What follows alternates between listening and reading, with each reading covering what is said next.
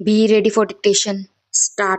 Now, sir, honorable members will recall that the bill was introduced in the House of the People on the 2nd September 1953.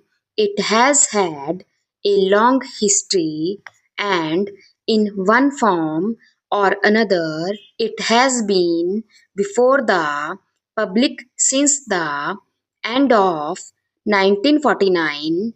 In the statement of objects and reasons, the various stages through which the bill has passed since 1946 have been summarized, and I need not recapitulate on this occasion the circumstances in which the then government of India took the decision in early 1946 to initiate an inquiry into the reform of our company law.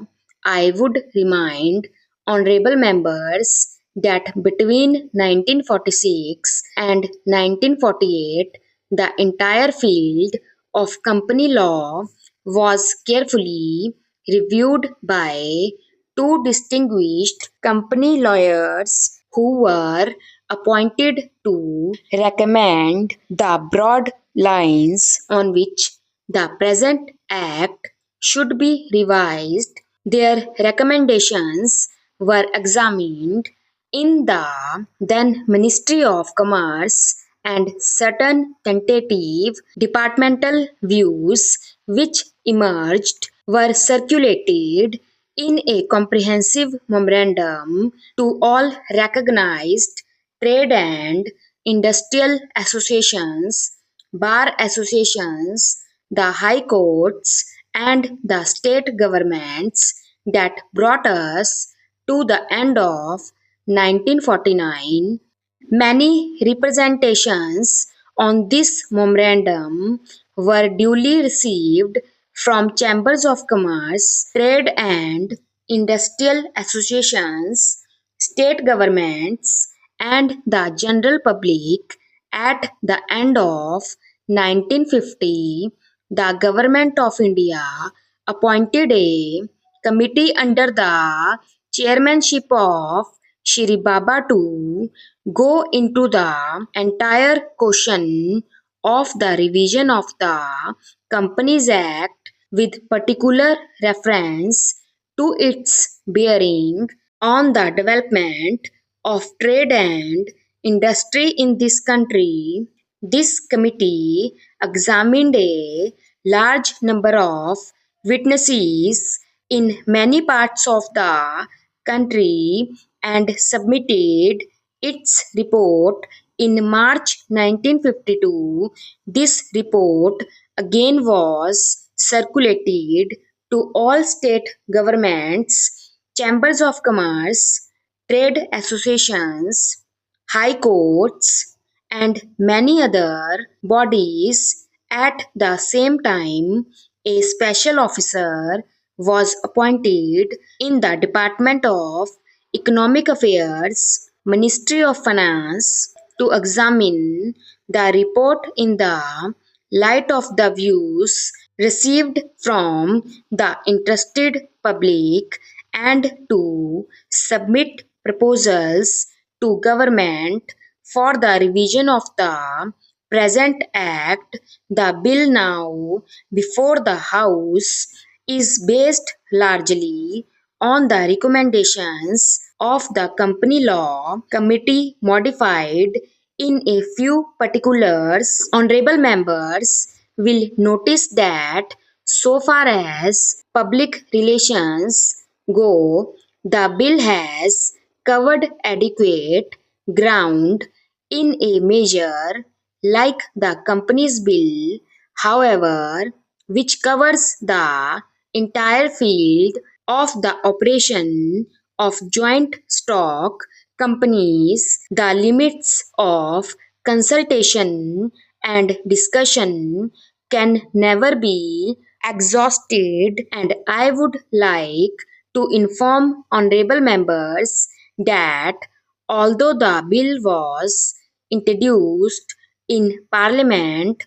over 7 months ago, our officers have been engaged throughout this period in further studies and informal discussions with the interests concerned, and on occasions I have also participated in such discussions. I have also given some further thought to some of the issues arising out of the bill, and I propose at the appropriate stage to bring before the select committee any changes in the provisions of the bill which seem to me to be worthy of consideration in the light of this further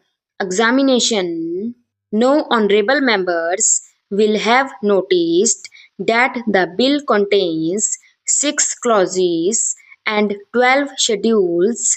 I think it is probably one of the longest legislative measures in recent legislative history, but its size might be regarded as misleading unless I make a few comments. The bill is both, one must remember, a consolidating and amending measure as mentioned in the statement of objects and reasons. This is the first opportunity which has occurred since 1923 for the consolidation of the Companies Act.